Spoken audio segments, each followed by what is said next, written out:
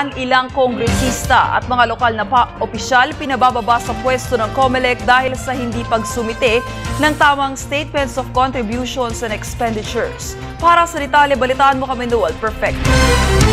424 na mga mambabatas at lokal ang naharap sa diskwalifikasyon sa kanilang tungkulin kapag napatunayan na lumabag ang mga ito sa pagsunod sa Statement of Contributions and Expenditures o SOSE requirement at kapag napatunayan na lumagpas nga ang gastusin ng mga ito sa pangangampanya at sumobra pa sa pangangalap ng contributions para sa nakaraang 2 national halalan, tiyak na matatanggal na ang mga ito at may kasama pang karampatang kaso. More important is the message that hindi nyo pwedeng i-disregard ang batas.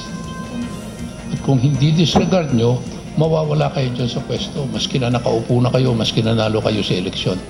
2 liham mula sa COMELEC Chair ang pinadala sa House of Representatives, sa Department of Interior and Local Government bilang paalala sa mga dapat nilang ipatupad sa lahat ng mga apektuhan ng kautusan.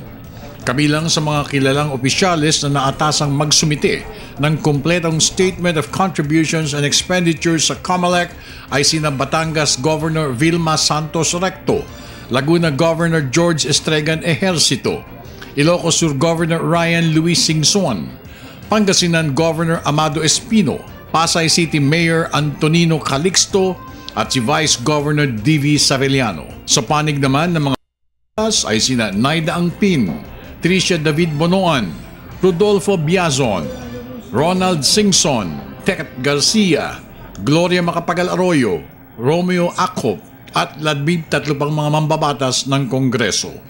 If they have complied, what happened? Kung hindi pa ma-implement kagad ng DILG, they have enough time to comply with it. Pero once they have complied, Even if they've complied, we'll still impose the administrative fine. Huli, delayed na eh. magkano sir? Ay, hindi pa, pag-uusapan namin. Samantala, sinong papalit sa kanila? Succession. Succession, kung hindi, bakante muna.